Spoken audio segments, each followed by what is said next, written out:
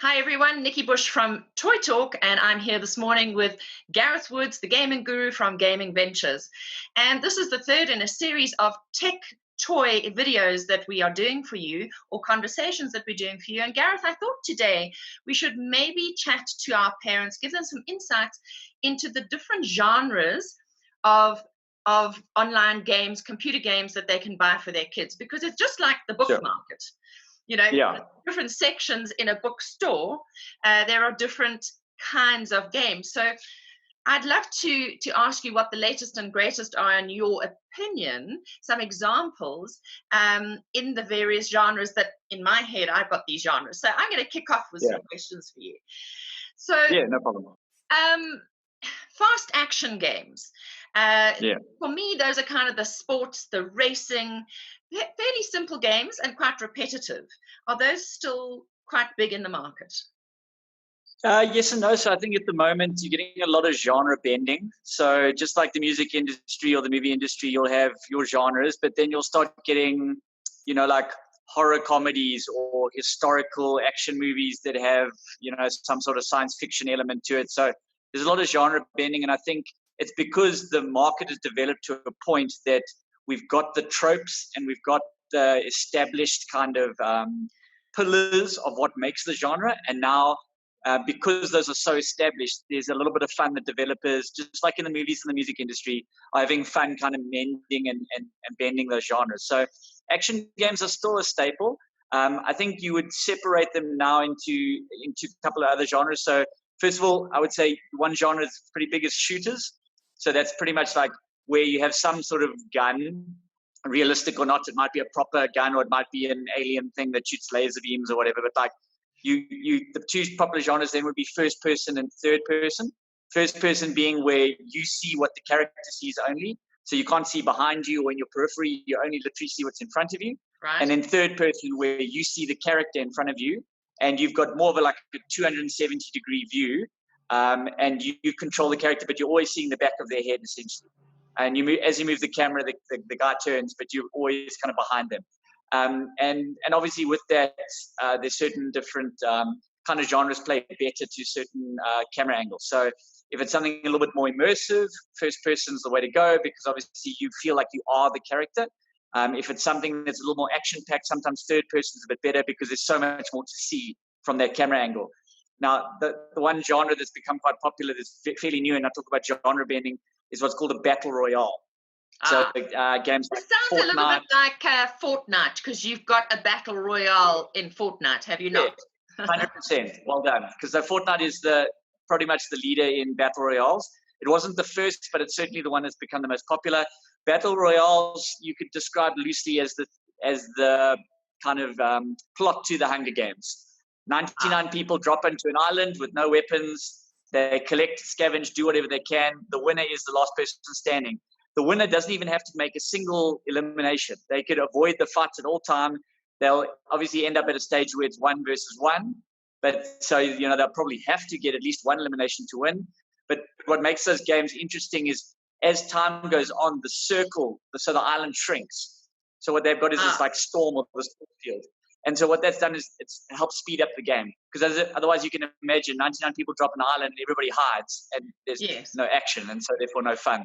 So every 2 minutes or so, the circle closes and makes it closer and closer and closer. So the combat kind of engagement area becomes smaller. So in a way, everybody is handicapped in the same way, because they're all at the mercy of the shrinking play surface. Yes, so you mentioned Hunger Games.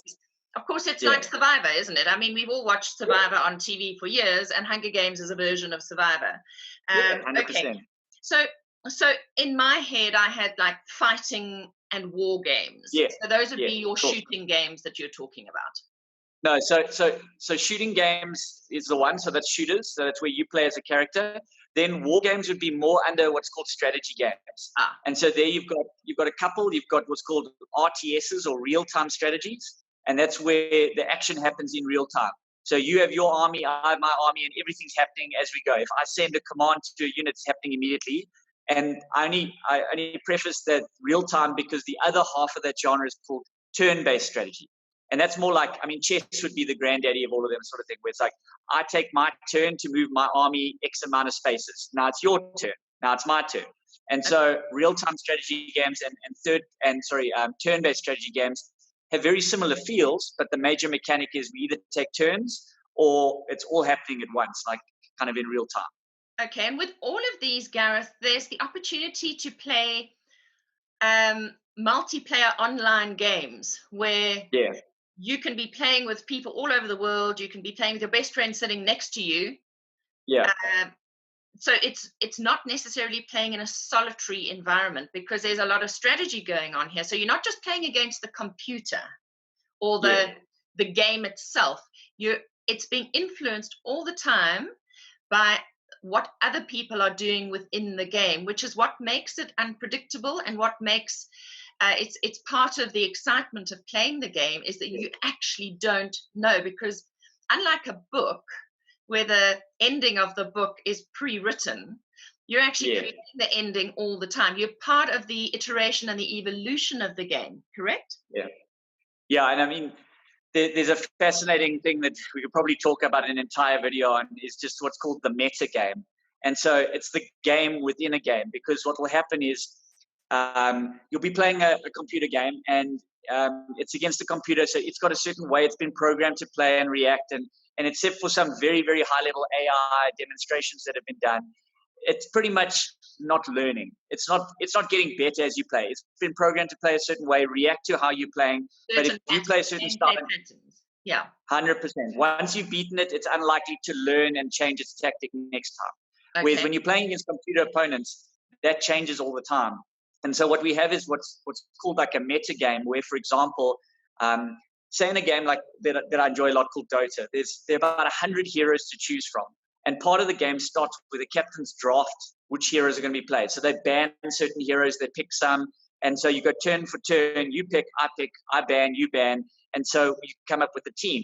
But what will happen is, as certain heroes become more popular, because say professional players play them, or someone wins a major competition with them, so then all the fans want to relive that, heroes become popular, and then almost a meta game changes within the game. So as that hero becomes more popular, people start not only trying to pick it earlier or ban it because they don't want someone else playing it. All of a sudden, the heroes that are direct counters to that hero become more popular. So you have this ever-shifting meta game that keeps changing. So you might say, this is how you play the game, but all of a sudden, a certain professional overseas plays the game very differently, gets a lot of success, and the whole meta game worldwide will change, where those heroes become more popular. And then often the developers themselves will be patching the game. So they'll go, wow, this hero never gets picked, so let's like increase his abilities, let's make him more powerful. Or that hero gets picked all the time, it's becoming a bit boring, let's, what they call it, nerfing, where they like a nerf gun, it's meant to be like kind of impotent, and so they'll nerf that hero by making him less powerful. And then he'll become less popular and taken out the metagame. So while you have this game, it's always shifting, because what are the pros doing, what are the players doing to change the popularity of the game within the game. So this makes gaming, I mean, this is an insight into the gaming world that I think most parents don't have. It makes it very different from, say, the average board game, the average book, the average puzzle that your child is playing with, which we, of course, we know are vitally, vitally important because of the three-dimensional, multisensory nature of play that children need to have in order to map the world, because we are still three-dimensional beings. But in a way, what you're explaining to me now is that there's this unbelievable kind of iterative journey going on in gaming that goes on 24/7. And every time a child goes and revisits that game, the whole game has changed. 100%. It's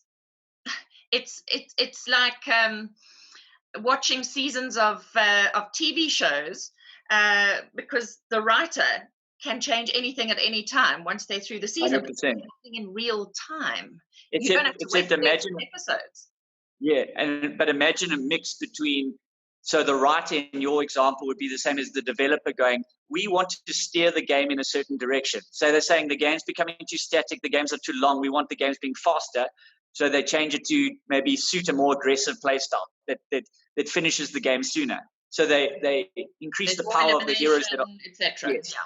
So they changed the game in certain ways to promote that, because they wanted it maybe to be more spectator friendly, because people don't want to sit watching a 40-minute game. They'd rather watch a 20-minute game. So they make it faster. So you've got the developer, or in your case, the writer, changing. But at the same time, there's a democratization, because the players are changing the game. Yes. Because if they start playing a certain way, I mean, imagine on a much slower basis, you take a game like soccer or football. Say a certain team develops a style that all of a sudden is just like rampant. It's just winning all sorts of games, and people take notice. They're like, wow, the way that team plays is just incredible. And slowly what happens, they try to mimic it. Sure. And we often see that, like, the way the Springboks played at the World Cup was completely unlike the Springboks. Watch and wait and look at how teams will try and either counter that play style, or they will develop one to mimic it, because they think, hey, if the Springbok can do it, we can do it better, or we can make a style that combats that. And so what happens, you keep changing, because now the teams that maybe develop a style that's better than the Springboks at that game will start winning. And then the Springboks will go, okay, do we try and improve what we're doing, or do we try and counteract what they're doing? And so you've got this always different. Yeah. And that's something very static, because rugby, the rules change very seldom. Now, gaming, the rules are changing every 5 all the or time. 10 years, yes? 100%, yeah. Where gaming rules change day by day, minute by minute, depending on what's happening in the game. So just before we lose the examples that we've given, or genres we've given, can you give parents with children under the age of 12 some examples of some decent games that their children could play in the genres you've mentioned so far? Yeah, so I think when you got younger kids, I think the games you want to be concentrating on, obviously, logic and puzzle problems, like puzzle games. And a lot of them really mix the adventure and puzzle genres well together. What I'll do is I'll try and get some examples, and maybe I'll send them to you. You can add them to your social media list as a follow-up to this. But basically games where, I mean, you take a classic like Tetris. I mean, the spatial awareness, the spatial reasoning, and the problem solving, and that risk reward between, setting things up for the perfect piece or using what you've got, those sort of, but at the same time, the kind of gradual increase in the speed of the game, from a skill point of view, those sort of games are really great at kind of early developmental, so spatial reasoning, problem solving, action under pressure. Because as the game gets faster, you're having to repeat the same thing that you've learned, but what you're doing is I'm giving you less and less time to do it. So you become more and more skillful at it. So that's taking an existing real world game and putting it into video computer gaming. Yeah, well, I mean, it's taking puzzles, but I mean, Tetris, I think Tetris set the world alight, because there was nothing like it when it came out. I mean, there was nothing, short of like, how do you do speed puzzling before video games came out? It's like, yeah, I can set you a time limit, but essentially a jigsaw is a jigsaw. It's not random, the pieces I'm giving you. It's not, speeding up as it goes. It's not becoming more difficult based on the decisions you've made earlier, or easier based on the decisions you made earlier. So, yeah, I think those sort of games are great for kids. They also, especially because of phones being touchscreen, they're far more tactile. Mm-hmm. So I think when kids often struggle early on with controllers because of the it's not as intuitive as a touchscreen in terms of like moving an analog stick. I see it with my 3-year-old. It's like when the games are motion controlled, 100%. When the games are touchscreen, 100%. When it's this fine micro kind of movements of an analog stick, that's something he still needs to develop. And I think this is a way you can get kids into it. It's very touchscreen games, puzzle games, and also, like we've said it before, they hide education in the game. Yes. If you know what I mean. There's stuff that they're learning without you going, it's a spelling game. They're learning their ABCs. They can have fun, and they're still learning. Don't worry about it. It's called incidental learning. And it's important stuff. Okay, going back to, we were talking about the Survivor type, Hunger Games type games. Is there an example there that would be a good one for kids? Yeah, so Fortnite's your biggest example there. Otherwise, slightly more adults, another one called PUBG. So Player Unknown's Battleground is the acronym. That was probably the one that started it all in terms of battle royales. And then most recently is a game called Apex Legends. What's really, really interesting about most of these games is they're all free. And so it's a free game, free to play, which is obviously very enticing for players to try out. But they make millions, if not billions of dollars based on the cosmetic market. And so, as you know, Fortnite is all about buying dancers or skins for your character or new backpacks or whatever, or emotes. Which would be like having your Barbie doll and going and buying a new outfit for the Barbie doll, etc. 100%. This is now because one of the key elements in these games, and especially in what's called esports, is that you can't have a pay-to-win mechanic. So you can't have a game where anything you buy becomes an advantage in the game, because then that's obviously not fair. You know, even if it's something as small as like giving you information on picking what hero or selections, whatever, all those slight advantages can add up to being an advantage that can win you the game. And if you paid for that, then that becomes unfair. So Fortnite essentially goes, no matter what you buy, the game is exactly the same. The only difference is it might look cooler for you because you've got you're riding a giant dragon while the other guy's just riding a parachute, sort of thing. Okay. So it's a little bit like having your own PlayStation or Nintendo controller with its own skin, with its own design. But not a professional controller. Doesn't actually give you an advantage. So just on a word on that in terms of in-app purchases, because I think parents need to be very aware of that there is the opportunity within these games for in-app purchases, which are obviously made on your credit card. Yeah. And we need to make sure that parents understand this, because the first time they give their children carte blanche to go and buy a skin using their credit card, once kids have got access to your credit card, they could do anything with it. And I have heard the odd horror story or two of kids who really have racked up quite a bill because their parents were completely oblivious to the fact that in-app purchases even really existed. So just a word on that for our parents. So, I mean, first of all, game designers are going to make in-app purchasing as easy as possible because, I mean, let's just take ourselves as consumers where we're doing it out of our own volition. We want it to be easy. I don't want to go through 400 security checks. I want to go, I want this thing. Thank you very much. Click go.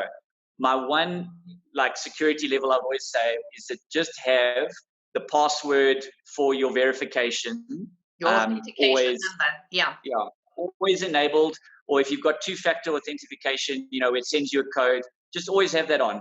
That if you want to get by with I don't want my kids bugging me every time, what you can do is set, a lot of these games have an in-game currency, and then you can buy them the in-game currency. So spend as much as they want till the in-game currency is done, and then they must just deal with, the buyer's remorse or whatever they have from what they've decided to buy. So if I use Fortnite, for example, they've got a currency called V-Bucks. And so what you can do is you can spend real-life cash to buy V-Bucks. V-Bucks are then used to buy the in-game purchases, so the skins and the hats and the whatever. So you might go, here's 500 V-Bucks, and the different things cost different amounts, and they can decide their specials they have on the shop every day. So they might go, I'm going to wait for that particular item to go on sale. So, I mean, I'm not trying to oversell that they're learning, the value of a purchase, but, that's going to be incidental. But it might be the best way to limit them is going, you decide based on doing your chores or your homework, whatever, there's an allocation of V-Bucks. Here you go. When it's done, it's done. Okay, well, just picking up on that concept, because I think it's very important that children understand the consequences of their actions. I have a suggestion for parents, and it's called the money or the box game, where I advise parents to give their children on a Sunday night, and this is obviously for the younger child, so it's from about age 4 through to about age 11, that on a Sunday night or choose a night, any time of the week, once a week, here's a number of movie tickets for TV watching, and here's a number of gaming tickets for your gaming. And if you want to watch something on TV or you want to do some gaming, you come and give me the ticket and you can go and do whatever it is. But once your tickets are finished, they're finished. So we're giving them, like you said, an amount to spend on in-app purchases. But when it's finished, it's finished.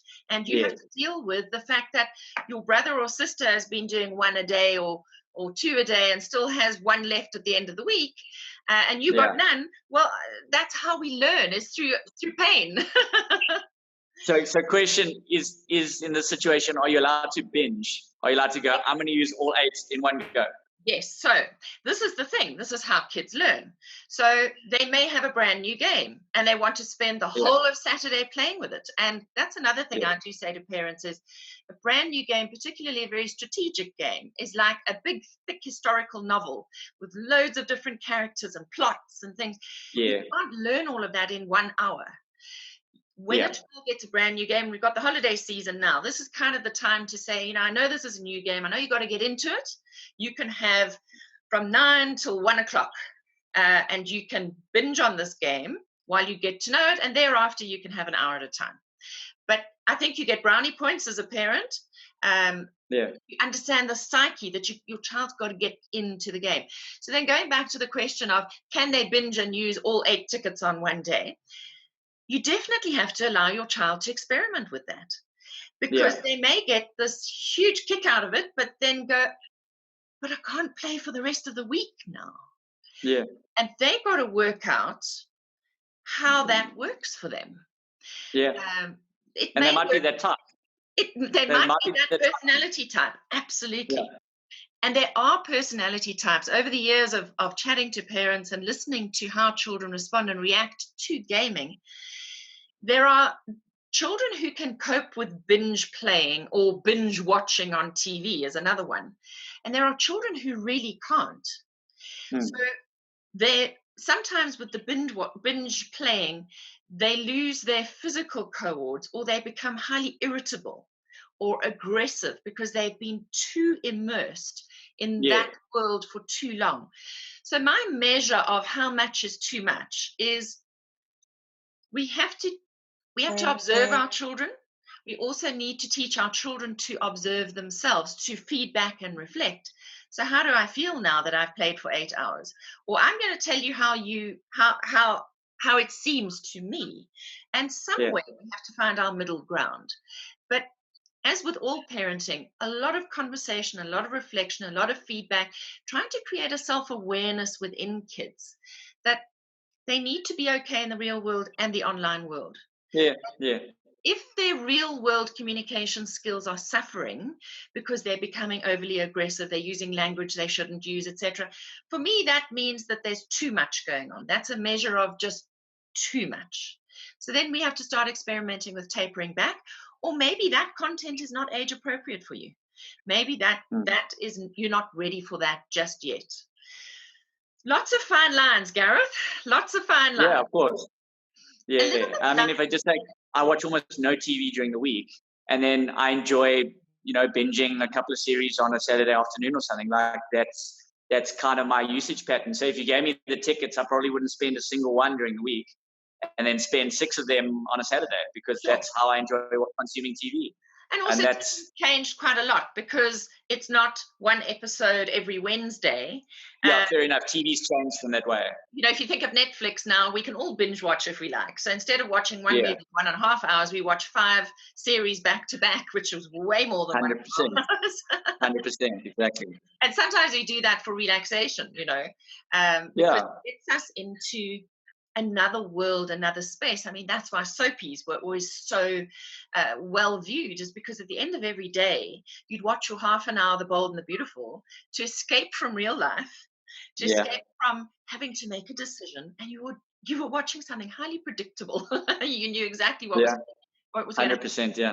Of course, gaming today, as you've discussed this morning so far, is changing all the time. So it's not like watching a soapy where everything is. And just sorry on that, what I like about when my son gets a decision, TV time or computer time, 1 hour a day, and I love it when he chooses to play games rather, because for me it's far more interactive. Like not only can I play with him, but like he's making decisions, he's learning. I mean, obviously they're passively learning. They're passively learning while watching TV, and their imagination's growing and all that. But like, I certainly feel he's getting more out of an hour of gaming than he is out of an hour of TV. Okay. So I think you mentioned in a previous interview that he's got the option to choose. Would he like to do gaming or would he like to watch TV? And once it's done, it's done. So I think, and therein lies, I think, the parenting advice is that giving your child the opportunity is one thing, but holding the boundaries when it's finished is another thing. And we do need to do that. Otherwise, it is addictive. We know that these games are highly addictive because they're constantly changing. The child wants to go back because they're leveling up, because of the rewards, because of all of those factors. Kids will want to go back again and again because the interest level and the, oh, I wonder what's going to happen next is constantly there, or what can I do next? That exists in these games all the time, and that's where they want to go back and they want to get that rush again. And we do know that it does hit that dopamine, create that dopamine rush in the brain. So one thing that what I like about your ticket system is something we've been experimenting with my son now, is that I have the feeling that he was not understanding why my wife and I get the authority to decide when it's TV time and when it isn't. And so what we've done is we've implemented a nice big bright clock that basically has an hour timer on it. And at 6 o'clock it beeps, meaning now you can watch TV. So he knows the clock has decided, if you know what I mean, that like it is TV time. It's not dad or mom randomly going like, oh my word, it's TV time. Because then he goes, is it TV time now? Because he's 3, he doesn't understand what 6 o'clock means. But when the alarm goes off, he goes like, oh, I'm allowed to watch TV now? Yes. Do you want TV or computer? You go, I'm going to play games. Okay, let's play games. And we put a timer on for an hour. And when it beeps, obviously natural checkpoints like taken, you know, if there's 2 minutes of the episode left, or if he's about to finish a level, then that's cool. But like, then it's done. It's not mom and dad suddenly going, you know, plucking his enjoyment out of his hands. We're going, you had an hour, the clock's now set it at 0. It's no longer TV time. Yeah. And so I think what your ticket thing does a similar approach, where it goes, it's not mom or dad who just arbitrarily deciding. It's the purchasing power of whatever those tickets are worth. We have an agreement, and you have the power to use the tools at your disposal. Yeah. And so, in other words, you're actually empowering the child. Yeah. You're empowering the child to go, it's TV time or it's gaming time. What am I going to do? And then they live with the consequence of what they chose. And this is so important in every aspect of parenting. Gareth, I think we're out of time, and there's so much to discuss, but we'll do it again next time. So thank you so much for your time this morning and your advice and your insights. We really, really appreciate it. Thank you. Cheers.